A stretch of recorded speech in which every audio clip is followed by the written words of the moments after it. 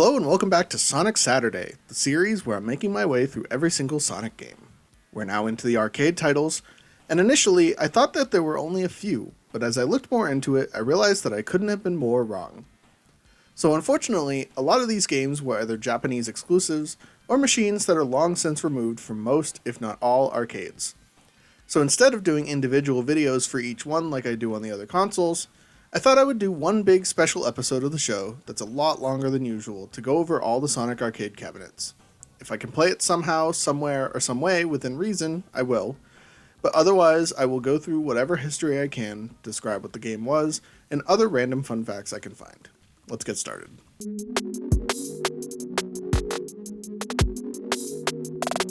Released in 1999 exclusively in Japan, this is an entry in Sega's Waku Waku series of rideable children rides.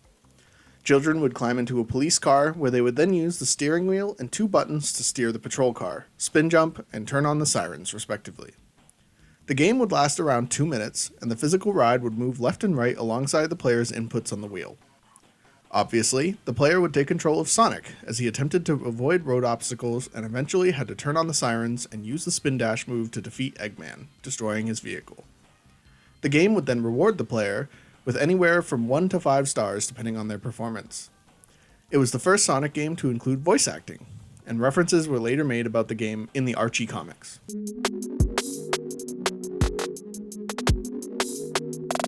UFO Sega Sonic was released in 1992 exclusively in Japan.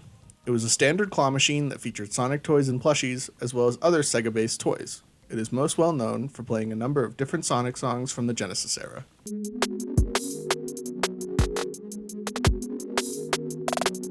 This is one of the most well-known Sonic arcade cabinets, and one of the few that is a full-fledged video game.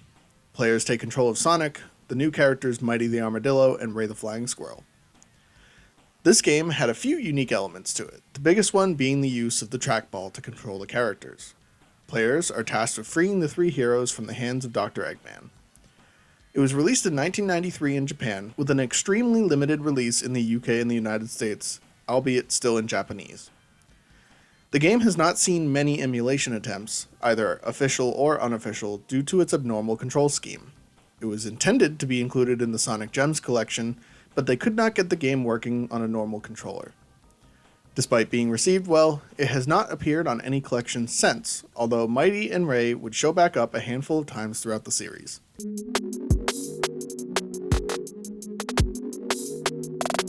Sega Sonic Popcorn Maker was an arcade cabinet exclusive to Japan. The cabinet's job was exactly as described. It was a vending cabinet that would make the user popcorn in real time. To help the wait time, and to give the machine the time it needed to microwave the popcorn, there was a small screen that included a Sonic minigame you could play. The user would make use of the crank on the machine in order to help Sonic and Tails make your popcorn while the evil Dr. Robotnik tried to stop them. In the end, you would defeat Eggman, and your popcorn would be ready. Rinse and repeat for every popcorn wanting user that comes up to the machine. I actually got to play this one through a ROM, and I think I can now officially label it as the most obscure game I've ever played.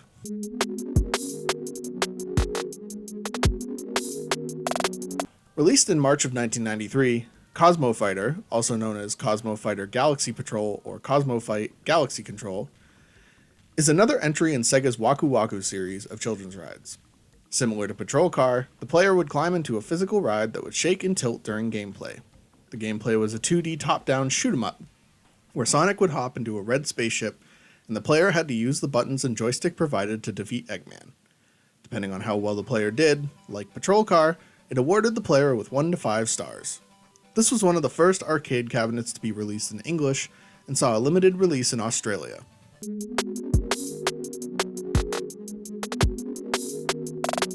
Similar to UFO Sega Sonic, this was another prize-based machine.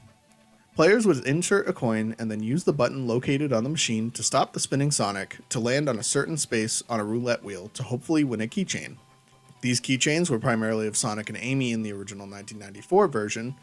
However, the cabinet was then re-released in 1999 with the physical Sonic roulette wheel replaced with digital screens, and the toys changed to include characters from the Knights franchise. Both releases of the game were Japanese exclusive.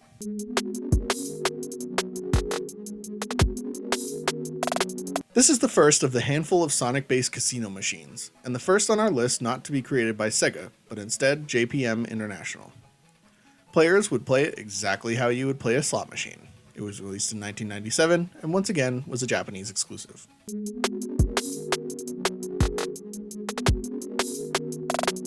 Released in 2002, this was another Sonic-based roulette wheel. The machine featured two wheels, one with Sonic and one with Tails in it. Once a coin was inserted, both wheels would start spinning. The player would then stop the Sonic wheel first, which would decide the ticket multiplier.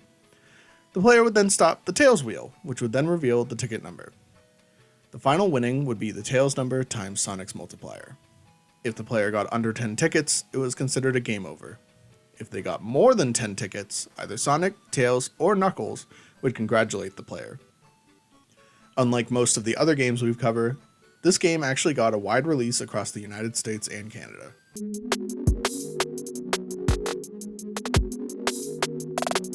CR Sonic is the second casino machine on this list, with this one being a pachinko machine made by Sega's new parent company, Sammy, based around modified assets of Sonic Adventure 2. It, like many other Sammy pachinko machines of the era, ran on Dreamcast hardware.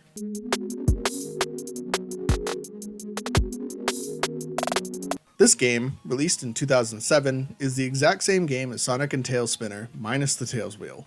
Players insert a coin and stop the spinner with a button in hopes of getting a high ticket amount. Beyond a cabinet released in the United States that anyone could purchase, there were also an exclusive version of the game made for Chuck E. Cheese. On a small personal side note, this is one of the first arcade machines featuring Sonic I remember seeing and playing at my local Chuck E. Cheese growing up.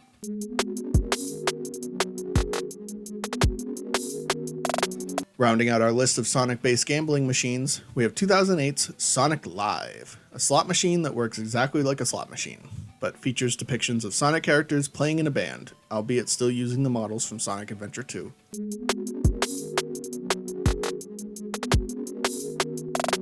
This is the final kiddie ride listed here, and unlike the other two, this one does not have any gameplay and is simply a standard kiddie ride. It features Sonic sitting in the back seat of a blue car, leaving 2 seats available for the riders.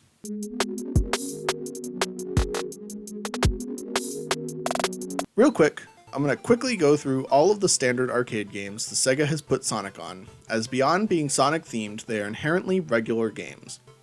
Most of these belong to a subseries called Sonic Sports, and these are Sonic Sports Basketball with its kid variety, Sonic Sports Air Hockey with a 2-player, baby, and 4-player variations, Sonic UFO Catcher, different than the one that we listed above, and I'm also going to use this lightning round to quickly go over all of the arcade ports of Sonic games as well.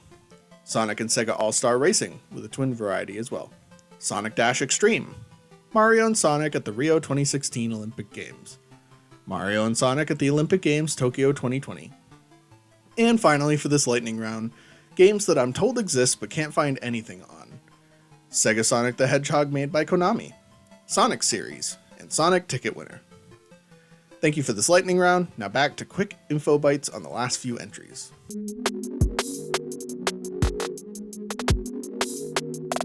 Released worldwide in 2015, Sonic Blast Ball is a game where the player must align a ball to drop in a certain zone to win a lot of tickets, with the best one being the Sonic Bonus Zone, which would reward the most tickets.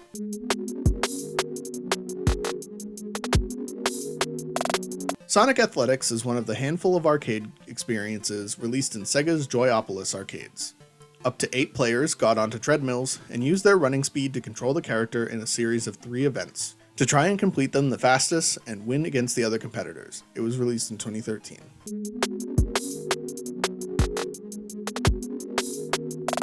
Another experience in Joyopolis, and released in 2013, this one is both an attraction and an arcade game, where players board a series of cars and go through a dark ride similar to Disney's Astro Blasters, where players would use a light gun to try and get a high score by shooting as many ghosts as possible over the course of the ride.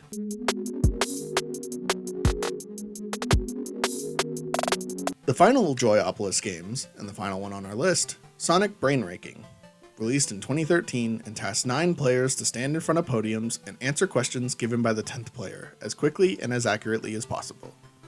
The players were awarded more points the faster they could answer. It is also the only one of these 3 experiences that is no longer there, being discontinued in 2018.